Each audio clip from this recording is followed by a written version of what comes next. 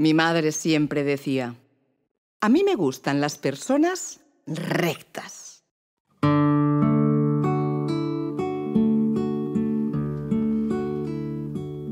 A mí me gustan las personas curvas, las ideas curvas, los caminos curvos, porque el mundo es curvo y la tierra es curva y el movimiento es curvo. Y me gustan las curvas, los pechos curvos, los culos curvos, los sentimientos curvos.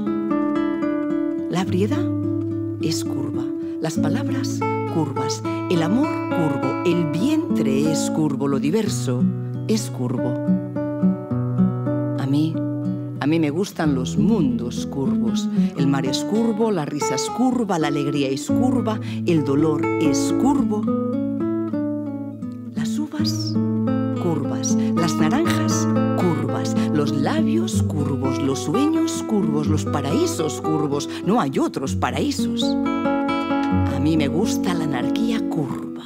Y el día es curvo, la noche es curva, la aventura es curva. Y no me gustan las cosas rectas, el mundo recto, las ideas rectas. A mí me gustan las manos curvas, las horas curvas. Contemplar es curvo.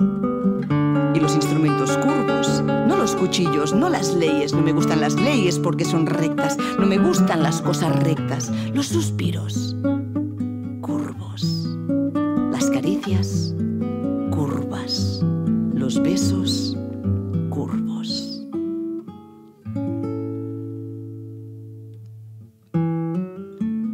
La paciencia es curva, el pan es curvo y la metralla recta.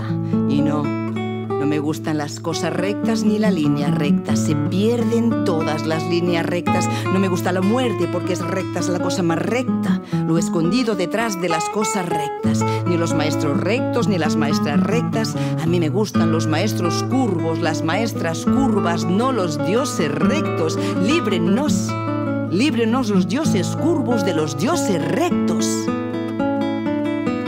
El baño es curvo. La verdad es curva. Yo no resisto las verdades rectas. Vivir es curvo.